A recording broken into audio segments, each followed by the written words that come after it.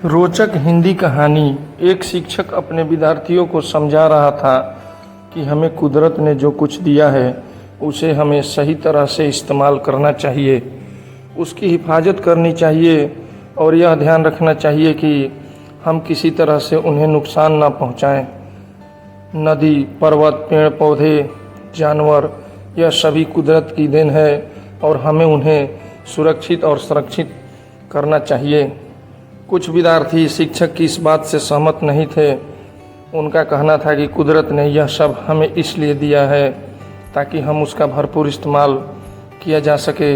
अपनी यही बात शिक्षक के सामने रखने के लिए उन्होंने कई तरह के तर्क दिए। शिक्षक को लगा कि सीधी बात विद्यार्थी समझ नहीं पा रहे हैं, इसलिए शिक्षक ने एक छोटी सी कहानी के जरिए उन्हें यह बात समझाई। शिक्षक ने कहा, एक बकरी के पीछे कई सारे शिकारी कुत्ते पड़े हुए थे।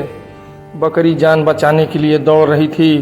कुछ दूरी पर जाकर बकरी को अंगूर की झाड़ियाँ दिखाई दी जिनके पीछे वो छुप गई और कुत्तों को नज़र नहीं आई। कुत्ते थोड़ी देर बाद आगे निकल गए।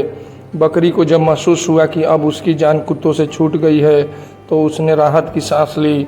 बकरी वहीं खड़े खड़े उन झाड़ियों के पत्ते खाने लगी।